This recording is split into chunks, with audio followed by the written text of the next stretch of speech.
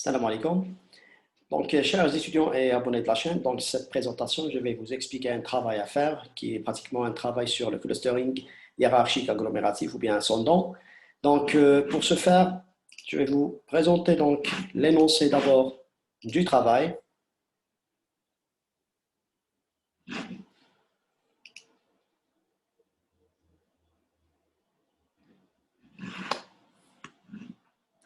Donc, l'objectif de ce travail individuel, c'est de savoir appliquer le clustering, notamment le clustering donc hiérarchique, pour améliorer, par exemple, la synchronisation entre des appareils électroniques en essayant de minimiser le temps de synchronisation et en minimisant les interférences, c'est-à-dire les interférences des signaux entre ces appareils. Donc, ce que nous avons, par exemple, nous disposons d'un ensemble, disons, de 15 appareils, ou bien de 10 appareils, ou bien d'un certain nombre d'appareils électroniques placés de manière fixe dans une pièce carrée de 2500, par exemple, mètres carrés. Ça peut être, par exemple, de petits robots, etc. Et dans cet espace-là, chaque appareil est décrit par deux coordonnées. On suppose, par exemple, qu'on peut, à partir d'une certaine origine, par exemple 00, placer les appareils selon des coordonnées. Par exemple, 1, ça veut dire que l'appareil est placé à la coordonnée, par exemple, 1 mètre et 1 mètre. Et dans ce cas, l'abscisse et l'ordonnée vont être par rapport à cette origine-là. Les appareils, donc, doivent fonctionner ensemble pour réaliser des tâches. Par exemple, ils doivent d'abord se communiquer, ou bien ils doivent communiquer pour pouvoir faire, par exemple, une tâche particulière. Et pour cela, donc, ils doivent être synchronisés en échangeant des messages de synchronisation.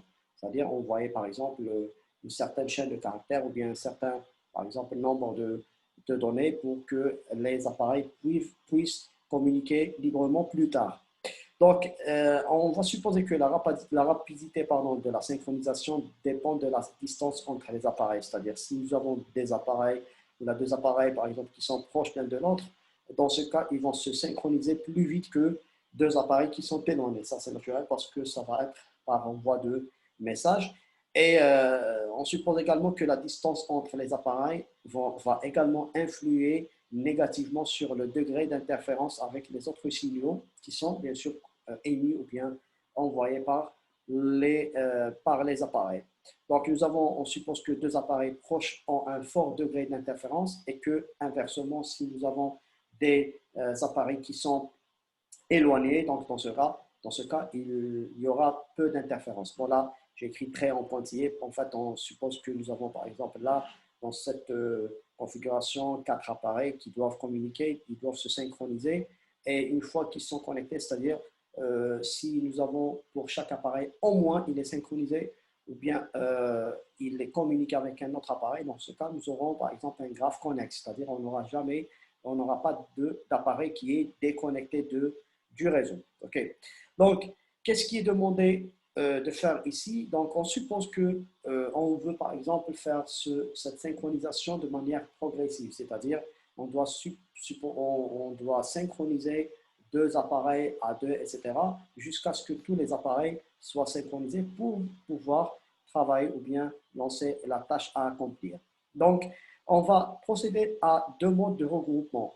Quand je dis regroupement, c'est-à-dire on va synchroniser de manière regroupée ou bien de manière progressive sous forme de groupe. Donc, le premier mode est aléatoire, c'est-à-dire on va supposer qu'on va synchroniser deux appareils de manière aléatoire, sans tenir compte de la distance entre ces appareils, etc. Par exemple, on va synchroniser cet appareil avec celui-ci, ensuite les deux avec ce troisième, ensuite les trois avec ce quatrième, et dans ce cas, nous aurons tous les appareils qui sont prêts à communiquer plus tard.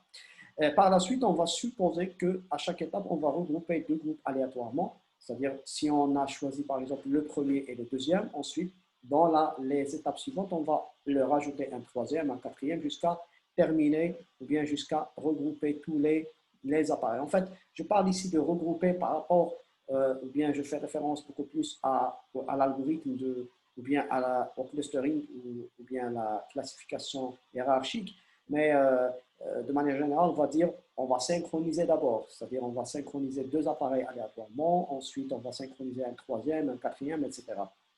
Donc, le deuxième mode, au lieu de faire ça de manière aléatoire, on va faire ça de manière basé sur le clustering, sur la technique que nous avons vue au niveau du cours et du tutoriel. Pardon. Donc, dans le deuxième mode, on va utiliser le clustering hiérarchique agglomératif en deux sous-modes, le linkage single et le linkage complet. C'est-à-dire, on va se baser sur, pour regrouper par exemple, bien pour synchroniser deux groupes d'appareils, chacun contenant un ensemble d'appareils. Donc, dans ce cas, on va se baser sur la plus petite distance qui est le linkage single ou bien la plus grande distance qui est le linkage complet.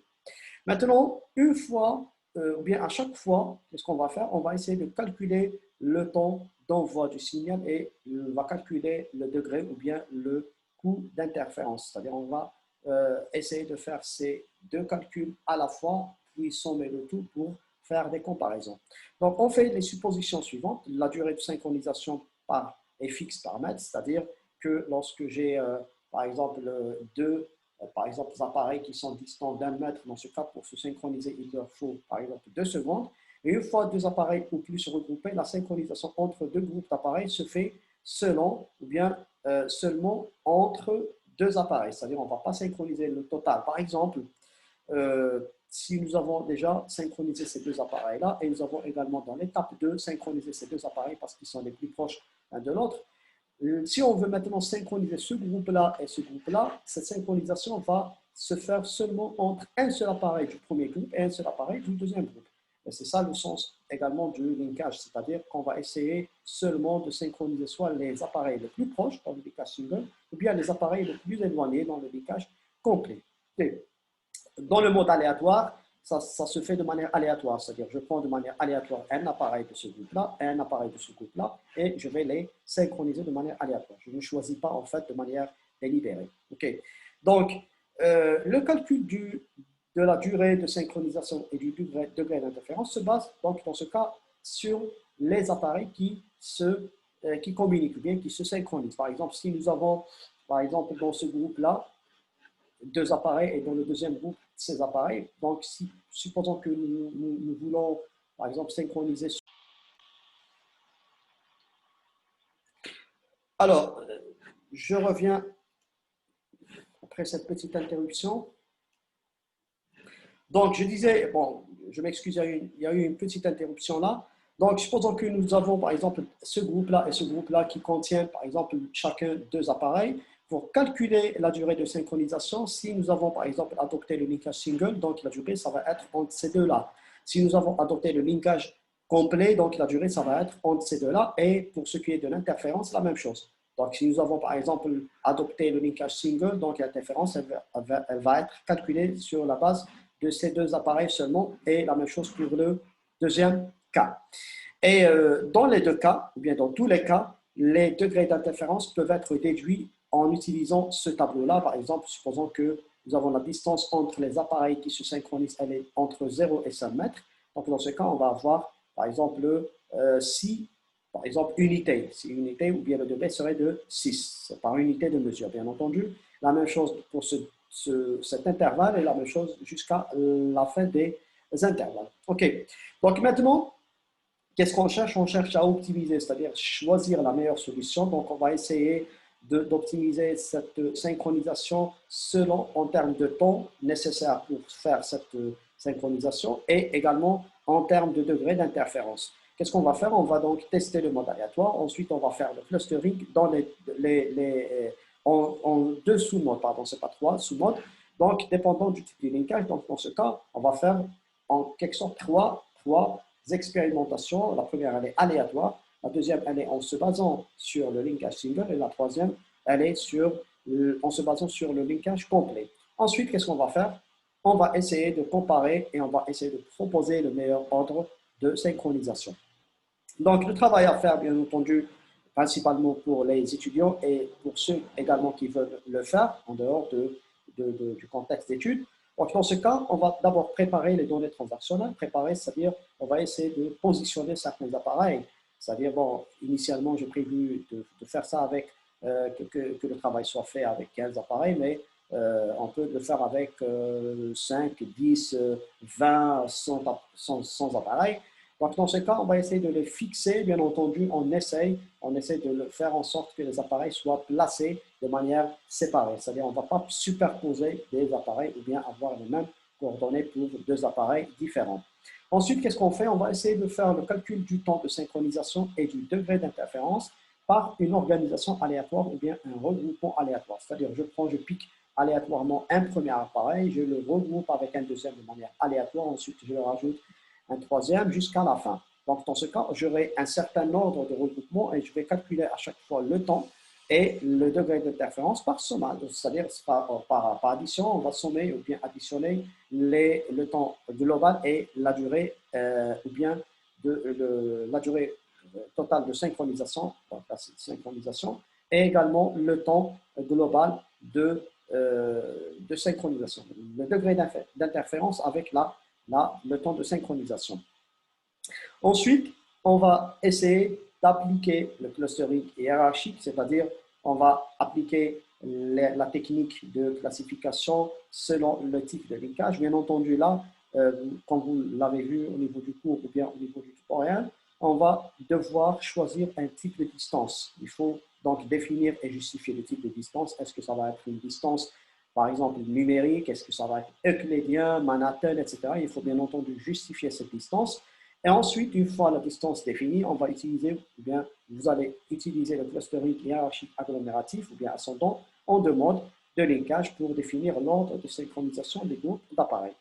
Une fois ces ordres définis, on va calculer à nouveau les nouveaux temps et les nouveaux degrés. Et à partir de ces temps et degrés, on va essayer de faire une comparaison. Une comparaison, on aura en quelque sorte trois comparaisons à faire. L'aléatoire avec le linkage single, l'aléatoire avec le linkage complet et le linkage complet avec le linkage single. Et bien entendu, on aura toujours deux choses à comparer, c'est-à-dire le temps total de synchronisation et le degré d'interférence. Donc, dans ce cas, bien entendu, quand il s'agit d'une optimisation, peut-être on va pouvoir directement dire ou bien donner la meilleure solution, et sinon, on va essayer d'adopter ou bien de choisir de donner, disons, la priorité à un paramètre, que ce soit le temps de synchronisation ou bien le degré d'interférence, et justifier bien entendu le choix ou la solution qui va être adoptée. Ensuite, il y a deux questions supplémentaires. On va supposer que les appareils sont en mouvement dans l'espace, c'est-à-dire que ces appareils ne sont pas fixés, c'est-à-dire qu'ils bougent.